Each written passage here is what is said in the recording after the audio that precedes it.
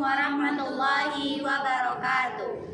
Kami di sini akan membuat tugas syarhil dari Bapak Winario yang beranggotakan saya sendiri Asmaul Husna dengan NIM 2386206094. Dan saya Etika Lestari dengan NIM 2386206088. Dan saya Nurfita Putri dengan NIM 2386206035.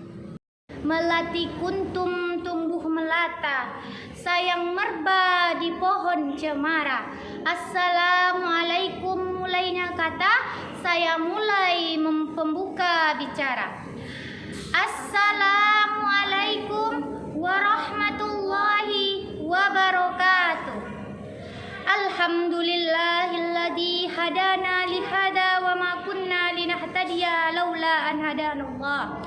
Asyhadu an la ilaha illallah wa asyhadu anna Muhammadan abduhu wa rasuluhu la nabiyya ba'da amma ba'du. Pertama-tama marilah kita panjatkan puji dan syukur kita kehadirat Allah Subhanahu wa taala yang mana Ia telah memberikan kita kesempatan untuk membuat tugas dari Bapak Winario. Sholawat beriring salam tidak lupa pula kita ucapkan kepada Nabi besar kita Nabi Muhammad sallallahu alaihi wasallam dengan mengucapkan Allahumma sholli ala Muhammad wa ala ali Muhammad. Dengan tidak memperpanjang kata-kata mukaddimah, langsung saja judul syarhil kami, pentingnya mengatur waktu. Waktu termasuk salah satu nikmat yang diberikan Allah Subhanahu wa taala kepada manusia. Bahkan Allah Subhanahu wa taala pernah bersumpah dengan menggunakan waktu dalam surat Al-Asr. Bismillahirrahmanirrahim.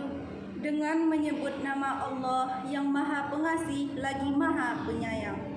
Wal 'asr. Demi masa, Innal insana lafi khusr.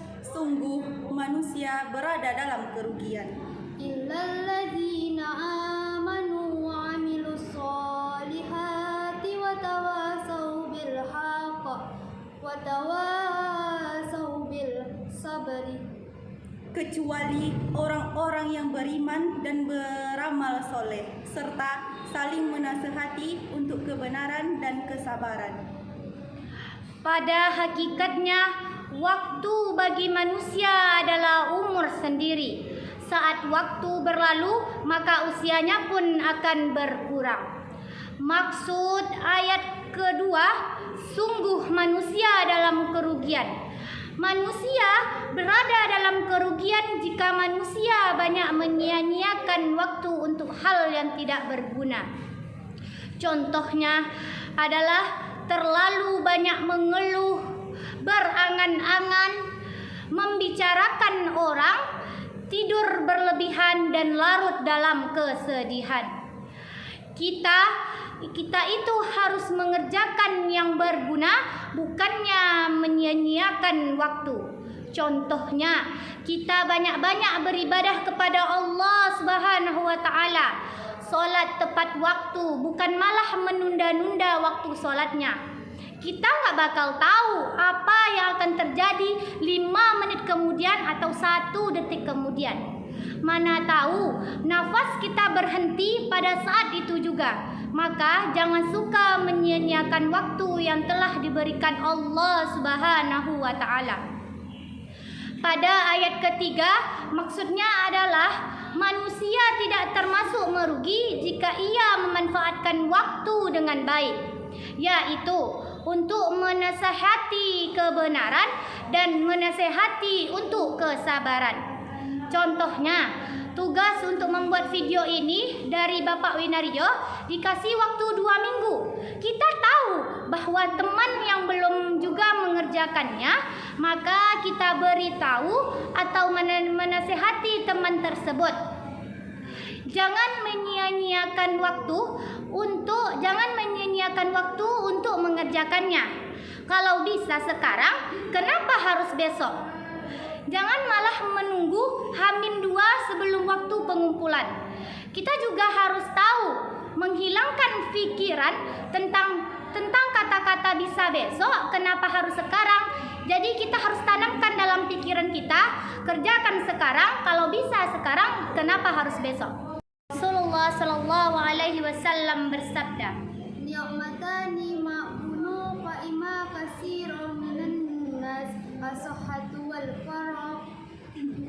Artinya, dua nikmat yang banyak manusia tertipu di dalam keduanya, yaitu nikmat sehat dan nikmat waktu luang. Hadis riwayat Bukhari, Tirmidzi, dan Ibnu Majah. Beberapa cara mengatur waktu yang baik, yaitu yang pertama, membuat suatu perencanaan atau agenda. Yang kedua, biasakan selesaikan tugas yang penting terlebih dahulu. Yang ketiga, belajar untuk selalu fokus. Yang keempat, tidur yang cukup. Yang kelima, usahakan untuk menghindari stres.